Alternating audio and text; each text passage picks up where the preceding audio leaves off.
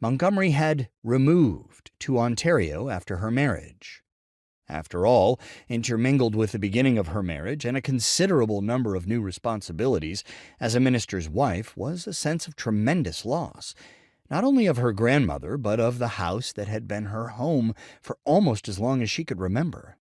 Even while living with relatives in Park Corner, a mere 22 kilometers from Cavendish, between the death of her grandmother in March 1911 and her wedding in July, she recorded a journal entry dated May 23, 1911, the feeling of being haunted by the conviction that she could never write again. By the time these events had happened in 1911, she'd already gained a reputation for putting her native province on the literary map. As critic T.G. Marquis exclaimed in his 1913 overview of Canadian literature in English, Montgomery had made Prince Edward Island, its inhabitants and external nature, known to the world as they never had been before. Even so, the Toronto Star Weekly commented on the setting of Montgomery's future books in a news report published merely 3 days after her wedding. "Here's wishing that Miss Montgomery will someday give us an Ontario novel, informed with real knowledge and full of the delicate charm with which she can always invest a tale." But she didn't do this, at least not for quite a while after her move. In a journal entry dated January 28, 1912, almost a year after the date of her preceding entry, she recorded that the act of writing Leaskdale rather than Cavendish at the start of the entry still felt unreal to her.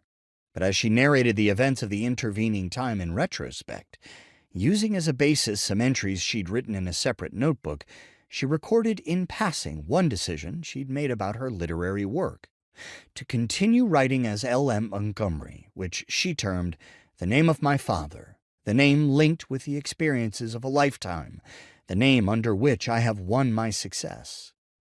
She said little else about her writing in this long retrospective entry, so it's unclear how firmly she'd already decided to continue with PEI as a setting for her future work, a decision made for reasons she revealed in talks given in the late 1930s.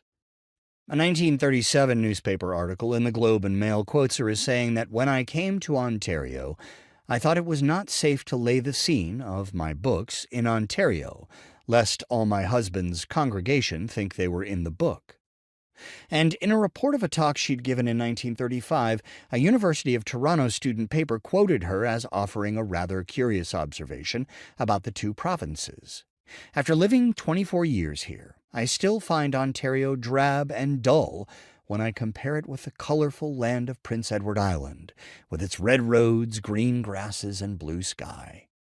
It's a rather innocuous remark, but someone among the newspaper staff evidently thought this was a major scoop, because the article appeared on the paper's front page under the title, "L.M. Montgomery Finds Ontario Drab."